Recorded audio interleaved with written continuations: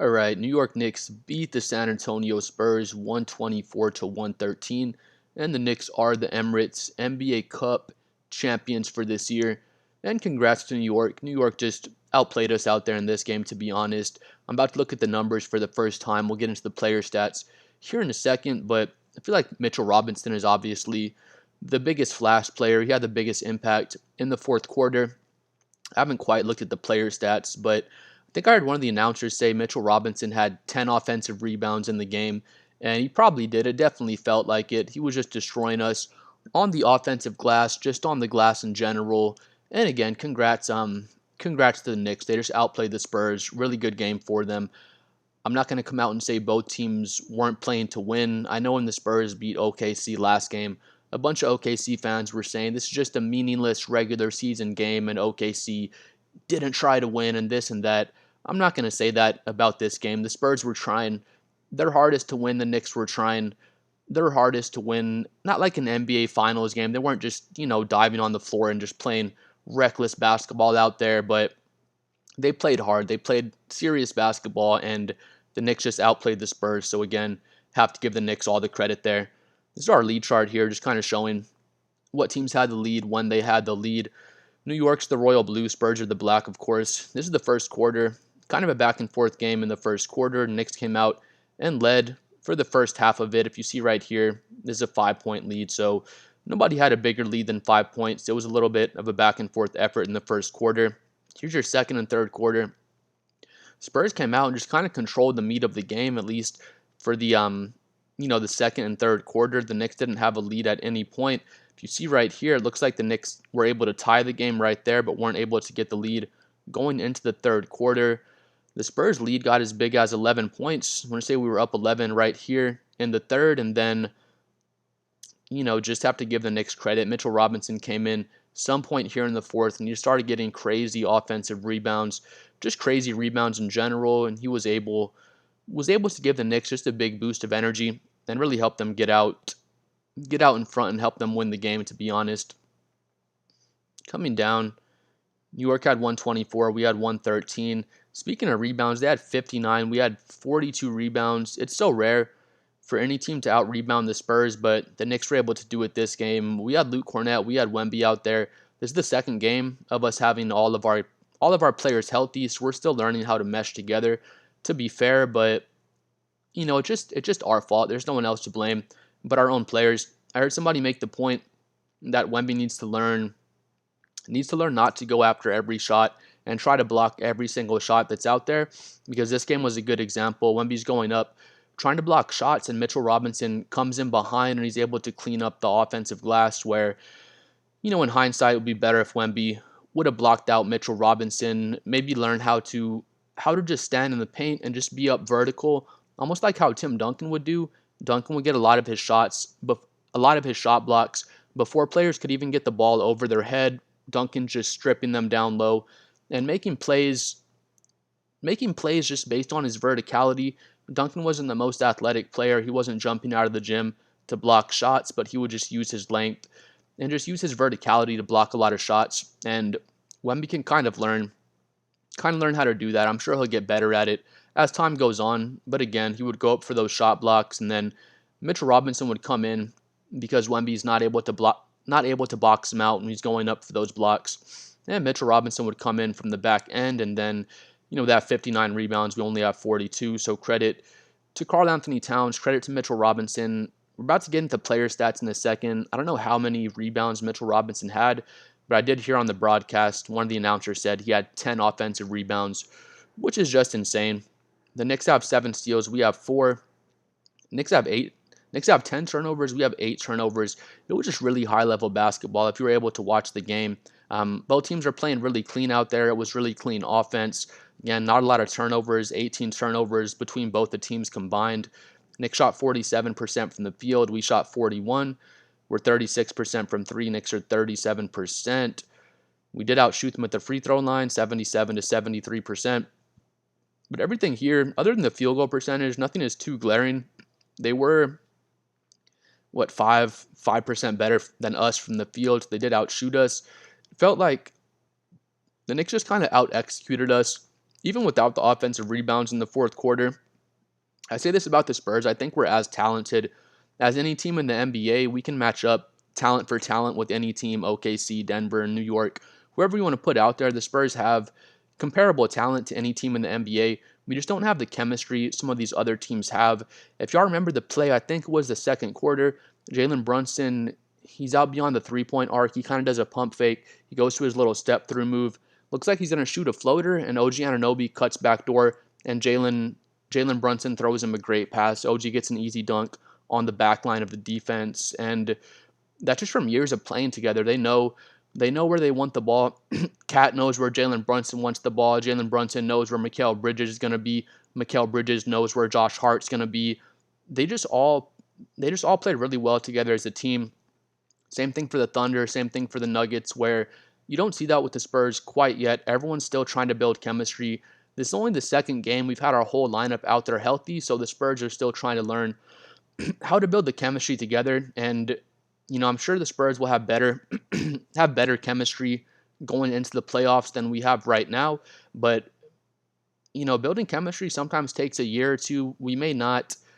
To be honest, we probably aren't going to look like New York and OKC and Denver, these teams in terms of chemistry and just knowing where all their teammates want the ball at every single point in the game. It'll probably take time to develop. That's not to say we can't possibly beat these teams in a playoff series just based on our talent. But you could see in this game versus New York, they just have a lot more chemistry and they've just been playing together much longer than the Spurs. So that was also pretty glaring out there. Oh, one more thing too. If y'all watched the game, Karl-Anthony Towns had it was like a softball pass. We had him double team. He just goes underhand and he just flicked it like that. Just like a fastball, curveball to, I want to say it was Micheal Robinson down low when he finished. But if y'all saw that pass, that was such a sick pass from Karl-Anthony Towns. New York has 56 points in the paint. We have 44, so they got us there. A lot of that was based on Micheal Robinson offensive rebounds and Cat just getting down low. 28 to 32 second chance points, 10 fast break points to 13 for the Knicks. Nothing crazy on those stats. To get to what we really want to see, I want to see these player stats. I haven't looked at these quite yet. We'll get to the Spurs in a second. Y'all know what we want to see. Micheal Robinson, dude had freaking 15 rebounds. Yep, they weren't lying. He had 10 offensive rebounds. I don't know what the NBA record is for offensive rebounds. Let's see. For offensive rebounds in a game. I feel like he must have been pretty close, right? By player. 10 offensive rebounds is crazy. I can't think off the top of my head of a player that had more. Oh, that's insane right here. Moses Malone set an NBA single game record with 21 offensive rebounds. That's ridiculous. I didn't get to watch Moses Malone a lot. I'm a little younger than those basketball days, but I know Moses Malone was kind of notorious for missing shots and just getting offensive rebound after offensive rebound. Not that he was doing that on purpose, but yeah, that's stupid. 21 offensive rebounds in one game is insane. But yeah, Micheal Robinson just destroyed us on the glass. Karl-Anthony Towns has 11 rebounds as well. If we just go down the line, OG had 9, Josh Hart had 8, Micheal Bridges had 5. Just OG, Josh Hart, Micheal Bridges. Again, they just have so many high IQ basketball guys, and everyone's on the same page. OG has the 28 points. He was wrecking us from the start of the game. He has the 5 threes. He's 10 for 17 from the field. OG played great. Karl-Anthony Towns, he has just the 1 assist, and it was that fastball. That was such a sick pass.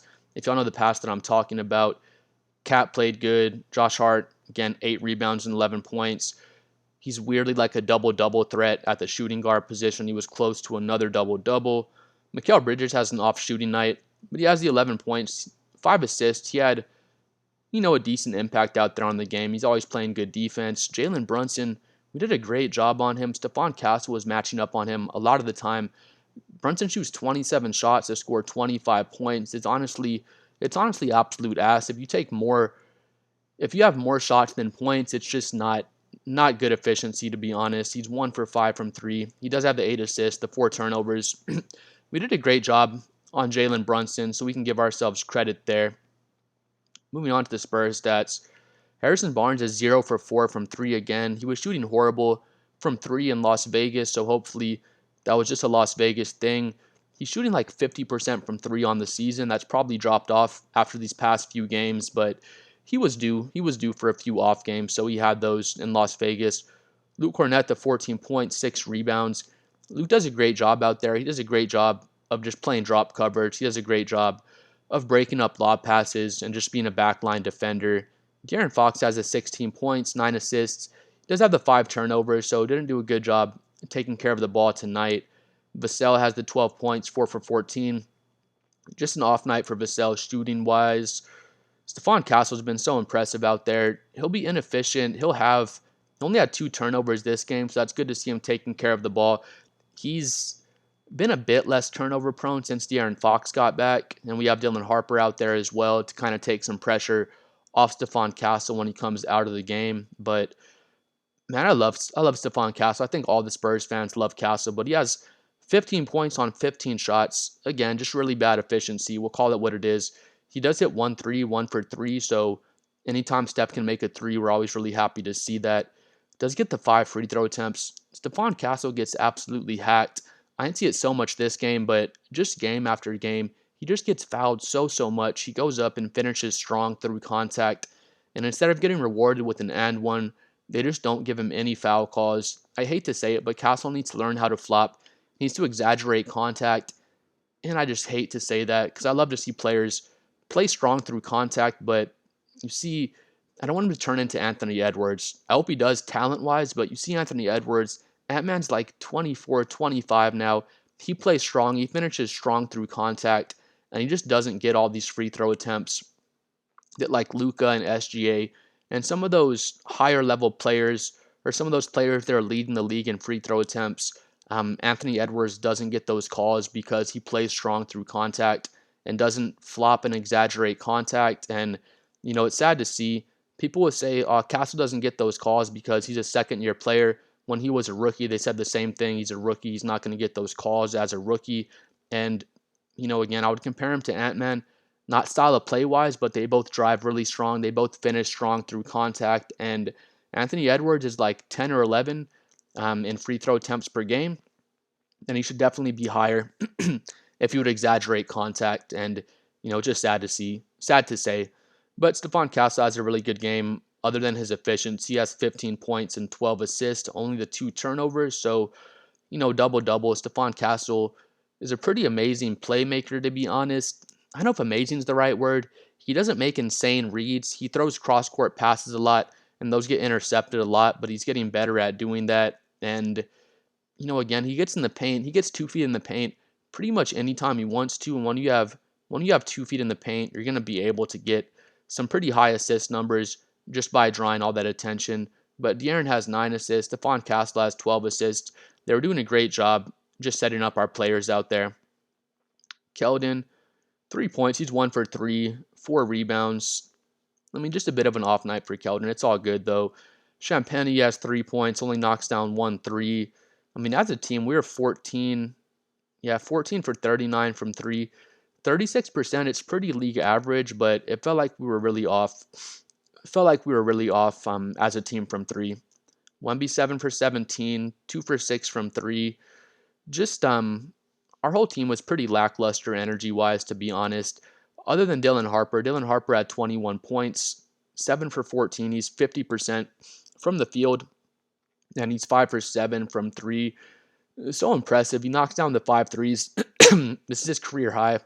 This is his career high. And 3-pointers made. I thought he made 4 threes watching the game, but he is 5 for 7. Just so impressive. The 7 rebounds, no assists, 0 turnovers in 28 minutes. To be honest, I feel like Dylan Harper, I trust him more with the ball in his hands than I trust Stephon Castle in terms of making a play and taking good care of the ball. Stephon Castle, it's a tough one. I feel like Castle gets 2 feet in the paint maybe easier than Dylan Harper, but Harper, Fox, Castle, they both get 2 feet in the paint pretty much whenever they want to, and Mitch Johnson is trying to find out the best way to stagger their minutes and the best way to get, everything we can out of all 3 of those guards. Castle, though, he's averaging 7 assists on the season. It seems like he just gets dimes almost whenever he wants, but with Dylan Harper, I feel like, has better court vision. Dylan Harper will come off a pick and roll, and he'll whip that pass to the corner, and he kind of does that better than Stephon Castle. He reads the court faster, and he kind of processes what's going on faster than Stephon Castle does, in my opinion. But Stephon Castle can still give you double-digit assists game in and game out. Again, he's averaging 7 assists per game right now, and I don't feel like that's going to fall off too much.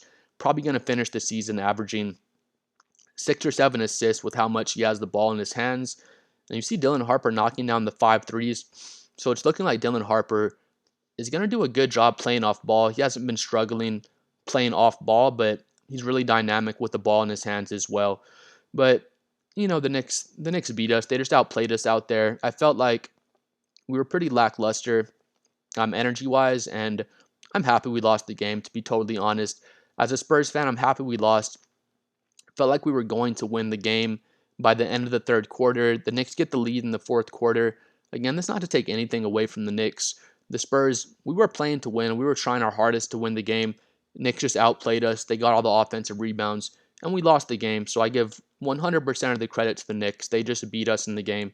But as a Spurs fan, once the Knicks got the lead, it was like 4 or 5 minutes left in the game. I started thinking to myself, I hope we lose the game. I don't want us to beat the Lakers, beat OKC, beat the Knicks, and then get on our high horse and be thinking, hey, we're one of the elite teams in the NBA. I do think we are one of the elite teams in the NBA, but again, I don't want us to beat Lakers, Thunder, Knicks, and then we play Washington. Today is Thursday when I'm making this video. Then we play Washington, and maybe we sleep on Washington. Maybe, you know what I'm saying. We just get too much confidence in ourselves too fast and just think we're better than all these teams in the NBA. This loss, we get that bitter taste in our mouths of losing, and Mitch Johnson can go over this footage, and you learn more in a loss than you do in a win, in my opinion. So I'm happy we lost the game. The loss doesn't count on our record. Again, Mitch Johnson can go back and we can kind of go to Wemby and say, maybe you shouldn't have jumped to block this shot. Maybe you should just stay there with your arms up and learn how to better use your verticality. Because I heard somebody make that point, and I do agree with that point. Wemby was going for a lot of shot blocks in this game, and he was leaving Mitchell Robinson open to come in and clean up those offensive rebounds. Darren does have the 5 turnovers. We can get with Darren. I'm sure he already knows what he did wrong. Darren Fox is a veteran. He's going to look at his own tape and see, I made a bad read here. I made a bad read here. And just kind of learn. A lot of Darren's turnovers, to be honest, it's not so much a careless turnover. It's just him passing the ball to a spot where he thought Champagnie was going to be Devin Vassell. Whoever it was, Darren just getting more used to playing in our offense and just getting used to having that chemistry with Wemby, Castle, Harper, all of our shooters, just learning how to have better chemistry with our boys out there. But again, I'm happy we lost. It always sucks to lose, but the loss doesn't count on our record, and we get that bitter taste in our mouth. So we can come back and hopefully take care of Washington. We play the Thunder on the 23rd. We play the Thunder again on the 25th, so I'm glad we'll be going into those games not on some crazy win streak. We'll go into those games pretty freshly off of a loss because, we took this loss to the Knicks. Hopefully we can win against the Wizards. We play one more team, I think, before OKC on the 23rd, and then we can go back into the OKC game, kind of with a clear conscience instead of thinking, hey, we're the shit. We won all these games. We're going to go and handle OKC again. But please like and subscribe. I'm trying to hit 7 million subscribers. Let me know what you thought about the loss to the Knicks. Again, thought we came out kind of lackluster, but I give all the credit to the Knicks for just coming out and, just rebounding the shit out of the ball and just getting the win against us. We'll see y'all next time. Peace.